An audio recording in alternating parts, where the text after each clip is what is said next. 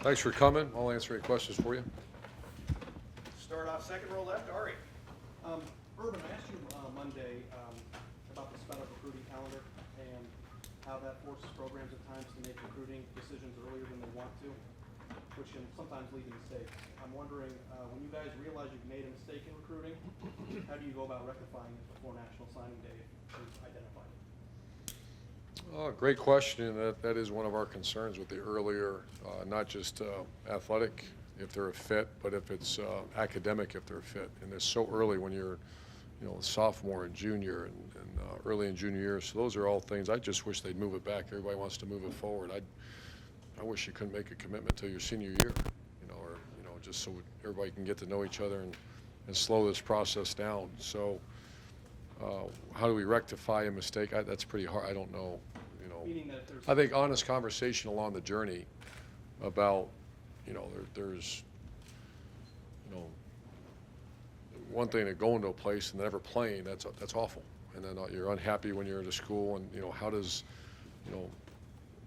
the person fit into the systems and those type of things. Those are always, but those are great conversations. Those aren't negative conversations. So I think just open conversation, and it's a relationship process and just honest conversation. And there are some coaches out there that think that being part of a recruiting class is a meritocracy and that players need to continue to prove that they deserve their spot in the recruiting class even after a commitment. Where do you kind of stand on that? I agree with that.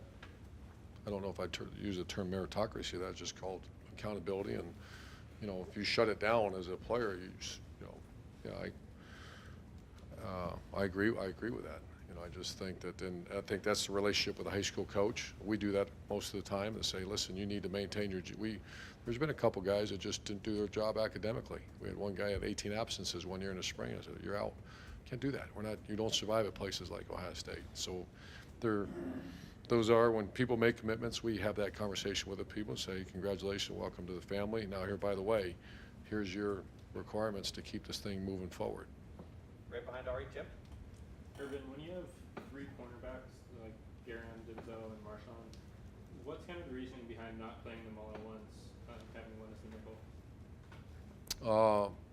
Great question. Those are probably the questions to ask because we rotate corners, but a question to ask Luke and primarily Greg.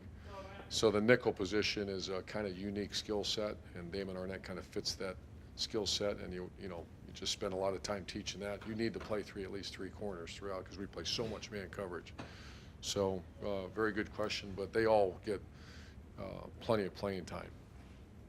Second row middle, Ryan. I know you said before that y'all don't necessarily mess with kickers in practice and kind of let them do their own thing with their coach, but Cam's punting 8 to 10 yards better this year than he has. Who said you said we don't? Someone said we don't mess with kickers. I said you joked in the past that you don't like. I don't like kickers. I said we don't mess. I don't know if I ever used those words in my life. Don't mess with a kicker. We don't like kickers. I'm sorry. But is there anything y'all have done with Cam to change his approach or anything like that? He had an injury this summer, and he's a nut as far as work ethic. He is one of the greatest young people I've ever been around. He's a grown man. He's not that typical 17-year-old. We got him, I think he was 20 or 21. And he's a grinder, he's a worker, and we have to back off. Like today was punt, we didn't let him punt today. He never punts back to back because he'll just blow himself up. So we actually, I think he took like the first 2 weeks of camp, he didn't punt. So I think just he's worked on his fundamentals. He's really playing well right now. And but the freshness too, we actually have to say you do not. I've had to threaten him a few times. If I see you kick a ball, you're going to pay a bad price. Third row middle, Tony. Urban, the rotation at cornerback. When were Cornerback? Corner. Sorry. When were you convinced, or when did you know that was going to work out? And then do you see that as sort of the standard moving forward? Is that because of the rewards that you've gotten from it that you want to keep it that way years down the road? Yeah, it's all recruiting. I don't think we've ever had three at the quality that we have right now. So yeah, if we recruit well, you'd like to play four. If you had four. So ideally, yes, that is. But every school in the country would say, yeah, let's rotate guys if you have that quality player. You can't have a big drop off to rotate. So there's not much of a drop off, and it's worked pretty well. When did you know? Well, Kerry Combs does such a good job developing those guys, and I listen to him, and I see it myself. And Gary on, we kind of knew after his first year was going to, and he gets better and better and better. Denzel Ward, I started to saw signs of that last year, and then spring training he was outstanding. Marshawn's the one that's always been gifted. He just had horrible issues with his hamstrings, and that really, he worked very hard along with our training staff. So we kind of knew we had him, just a matter of keeping him healthy. Far left, Matt. You've gone head-to-head with former assistants quite a bit now. It was a big time. Is it difficult at all, or has it changed the more you've done it? You've gotten used to it. I'm just wondering what's it feel like more than it. Yeah, you just worry about they know you so well. You know, we're running the scout team today, and our twos are running Rutgers plays, and I'm sitting there watching. Well, shit, that's our play. That's our, you know, it's there's going to be a lot of similarities in both things, and we just, you know, we changed some verbiage, make sure the signals are completely different. And the good thing defensively, we changed a lot of them in the summer. Offensively, changed a couple names of things this week. When Chris had the opportunity, did you feel like you got to go for this one? I mean, the Rutgers opportunity. He had a couple. He had a couple opportunities. I'm not sure that's public, but he had a couple opportunities. And when this one showed up, we had sat and had a long conversation. It's all about recruiting. And, you know, there's two things you look for, in my opinion, when I advise coaches, if they ask my opinion, is recruiting number one, and have they won before? And if the answer is, the recruiting base is below average and they haven't won before, don't you take that job. Don't do it, because you'll just be, in 4 years, you'll be looking for one, or 3 years normally. And so the one thing about Rutgers, have they won before? Absolutely. They have a great recruiting base, one of the best in America. So it was kind of no-brainer for him. And he really, the athletic director and him had a really good meeting. Front row right, Tim. Yeah, Urban, number one, Greg Schiano was cited today for failure to obey a traffic signal, for want of another word. And do you have any comment? I mean, has he been troubled by this? Can you comment on that at all? Devastated, yeah.